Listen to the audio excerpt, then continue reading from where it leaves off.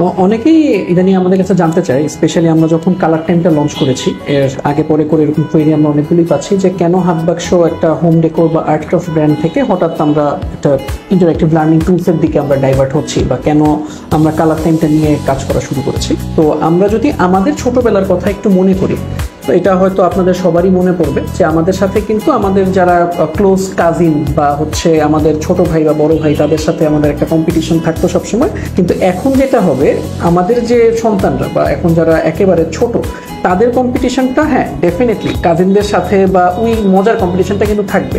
কিন্তু যখন তারা একটা কর্মক্ষেত্রে প্রবেশ করবে, তখন কিন্তু ওদেরকে ডিরেক্ট কমব্যাট করতে হবে, আমি বলবো, এআই এর সাথে।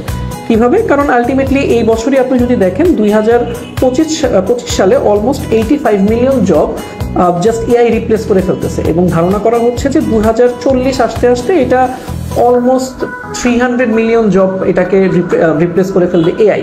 তো যত দিন যাবে, যে কোনো কারণেই হোক না কেন, এআই হচ্ছে অনেক জব রিপ্লেস করে ফেলবে।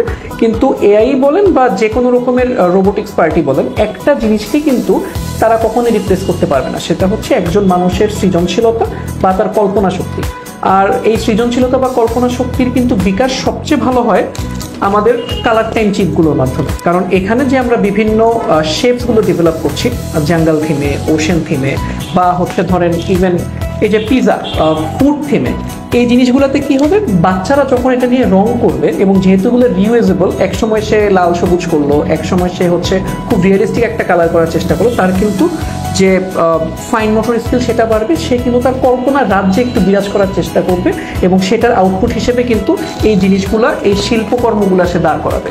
তো আমি মনে করি আপনার বাচ্চাকেও যদি আপনারা চান যে সামনে এআই এর সাথে ফাইট করে সে তার সৃজনশীলতা দিয়ে যে কারো থেকে এগিয়ে থাকবে, অবশ্যই আমার মনে হয় সবারই উচিত কালার টিমের প্রোডাক্টগুলো নেওয়া এবং তাদের বাচ্চাদেরকে এই রং করা বা এই শৈল্পিক কাজে নিয়োজিত করা।